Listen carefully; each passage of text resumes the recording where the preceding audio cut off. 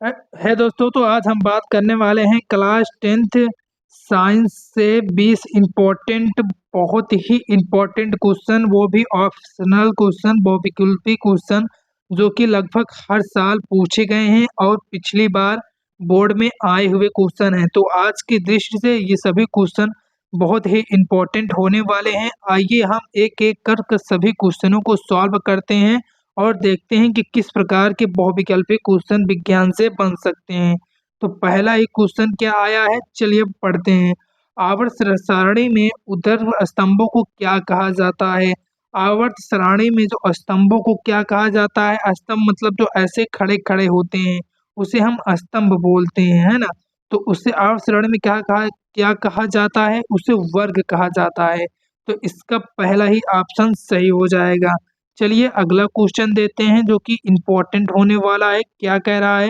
आवर्त सारणी में कितने वर्ग होते हैं? ये वेरी इंपॉर्टेंट क्वेश्चन होने वाला है, यूं क्योंकि ये पिछले वर्षों भी पूछा ही गया था और इस वर्ष आने का भी चांस है।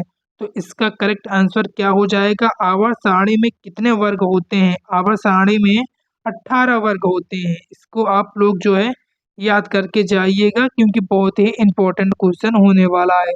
अगला क्वेश्चन क्या है? अगला क्वेश्चन, आवर्त सारणी में प्रथम वर्ग के सदस्य को क्या कहा जाता है? मतलब जो आवर्त सारणी में जो प्रथम वर्ग के जो फर्स्ट एक के जो तत्व हैं उनको क्या कहा जाता है? तो उनको क्या कहा जाता है ये पूछ रहा है। अम्लीय धातु होते हैं या क्षारीय धातु होते हैं या अक्रिय गैस होते हैं या मिश्र धातु होते हैं? तो वो कैसे धातु होते हैं ये क्वेश्चन पूछ रहा है। तो इसका करेक्ट आंसर क्या हो जाएगा? चलिए हम ही बता देते हैं। इसका क्षारीय धातु को रखा गया है फर्स्ट ए, यानी कि प्रथम वर्ग के जो है सदस्य को क्षारीय धातु कहते हैं। चलिए अगला क्वेश्चन नंबर 4 क्या कह रहा है, चलिए देखते हैं। आवर्त सारणी में कितने आवर्त होते हैं? अभी तक वर्ग पूछा था तो कितने? 18 थे। अब आवर्त पूछ रहा है तो कितने होंगे? इसका करेक्ट आंसर क्या हो जाएगा? तो वर्ग तो 18 होते हैं, लेकिन आवर्त कितने होते हैं? आवर्त 7 होते हैं। तो इसका करेक्ट आंसर क्या हो जाएगा? Option number C. चलिए अगला क्वेश्चन देखते हैं। मेंडलीव आवर्त सारणी में कितने वर्ग हैं? मेंडलीव की आवर्त सारणी में कितने वर्ग हैं?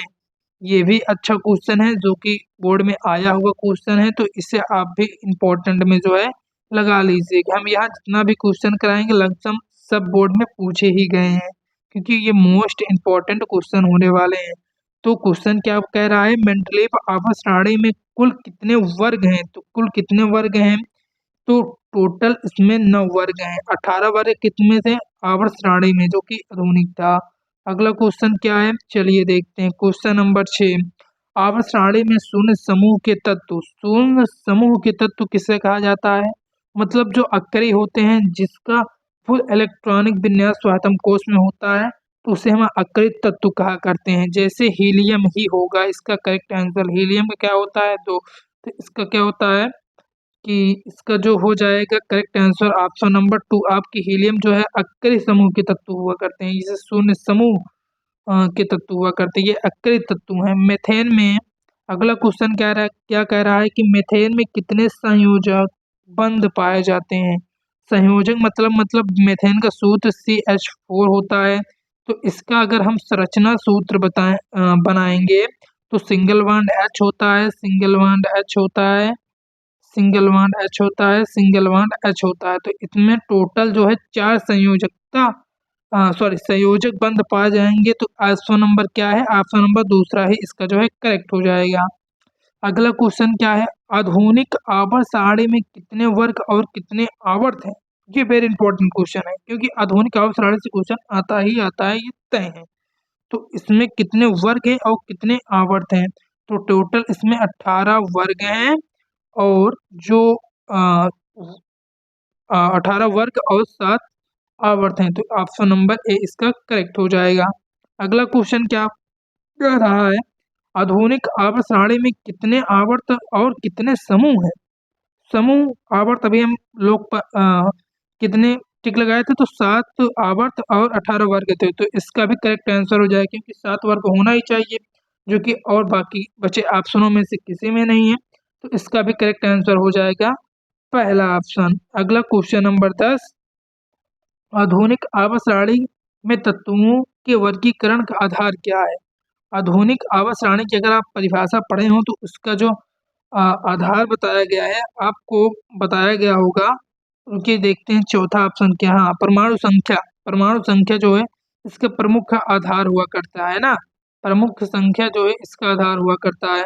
तो इसका जो है करेक्ट आंसर क्या हो जाएगा? ऑप्शन नंबर 4 इसका जो है करेक्ट आंसर हो जाएगा। चलिए अगला क्वेश्चन हम देखते हैं। अमोनिया के अणु नाइट्रोजन और हाइड्रोजन के परमाणुओं की संख्या का अनुपात। ये भी इंपॉर्टेंट क्वेश्चन है। अमोनिया एक सूत्र होता है NH3, इसमें पूछा है नाइट्रोजन और अमोनिया का अनुपात। तो इसका करेक्ट आंसर क्या हो जाएगा? आप लोग कमेंट कीजिए। चलिए हम बता देते हैं, नाइट्रोजन एक है तो 1:3 इसका करेक्ट आंसर हो जाएगा। ऑप्शन नंबर 3 इसका जो है करेक्ट आंसर हो जाएगा। आधुनिक आवर्त सारणी का आधार क्या है? ये भी अच्छा क्वेश्चन है। अभी हम लोग वहाँ पर मानते कि आधार क्या है आधुनिक आवर्त सारणी की, तो इसका जो है करेक्ट आंसर हो जाएगा ऑप्शन नंबर बी, परमाणु संख्या ही आधार है आवर्त सारणी का। अगला क्वेश्चन क्या है? आवर्त सारणी में 36 कातरों को क्या कहा जाता है? 36 मतलब जो लेटी हुआ करती हैं, इन्हें क्या कहा जाता है? इन्हें आवर्त कहा जाता है। वर्ग जो खंबे की तरह खड़े होते हैं इन्हें वर्ग कहा जाता है, जो लेटे हुआ करते हैं इन्हें 36 कहा जाता है ना, इन्हें ये वर्ग होते हैं। अगला क्वेश्चन नंबर 14 क्या कर रहा है? लोहे की परमाणु संख्या क्या है? परमाणु संख्या मतलब जानते हैं बच्चों? इलेक्ट्रॉनिक विन्यास। इलेक्ट्रॉनिक विन्यास अगर हम करेंगे RnFe हुआ करता है 26, इसका परमाणु क्रमांक 26 हुआ करता है। तो इसका भी क्या करेक्ट आंसर हो जाएगा? 26 इसका करेक्ट आंसर हो जाएगा। चलिए अगला क्वेश्चन क्या कह रहा है? क्वेश्चन नंबर 15, आधुनिक आवर्त सारणी में वर्गों के तत्वों। आधुनिक आवर्त सारणी में वर्ग की संख्या होती है। आधुनिक आवर्त सारणी में वर्ग की संख्या अभी हम लोग लगा कर आए थे, इसकी क्या होती है? इसका करेक्ट आंसर 18 होती है ना, अभी हम ऊपर लोग पढ़ के आए थे। आधुनिक आवर्त सारणी को आज तक ज्ञात तत्व है, मतलब आधुनिक आवर्त सारणी में आज तक कितने तत्व खोजे गए हैं? तो आप लोग ये क्वेश्चन कमेंट कीजिएगा। चलिए मैं बता देता हूँ, इसमें टोटल 114 तत्व खोजे गए हैं आधुनिक आवर्त सारणी में। ये वेरी इंपॉर्टेंट क्वेश्चन है। मेंडलीव आवर्त सारणी के तत्वों का वर्गीकरण आधार क्या था? मेंडलीव की जो आवर्त सारणी थी उसके वर्गीकरण जो तत्वों का आधार क्या था? क्या था आधार? आप लोग बता सकते हैं? चलिए मैं ही बता देता हूँ क्या इसका आधार था। तो इसका ऑप्शन नंबर 1 सही हो जाएगा, परमाणु द्रव्यमान इसका प्रमुख आधार था। अगला क्वेश्चन क्या कह रहा है? ओजोन के एक अणु में ऑक्सीजन के परमाणुओं की संख्या। ओजोन यानी कि O3, ओजोन में एक अणु में ऑक्सीजन की संख्या पूछ रहा है। तो वेरी इंपॉर्टेंट क्वेश्चन है, क्योंकि ऐसे क्वेश्चन कहीं पर आपको देखने को नहीं मिलेंगे, तो आप लोग बने रहिए मेरे साथ। तो इसका करेक्ट आंसर क्या हो जाएगा? ऑप्शन नंबर डी, क्योंकि इसमें 3 ऑक्सीजन है तो इसमें ऑक्सीजन परमाणुओं की संख्या पूछा है ना, तो 3 इसका जो है करेक्ट आंसर हो जाएगा। अगला क्वेश्चन क्या कह रहा है कि आवर्त सारणी में कितने आवर्त होते हैं?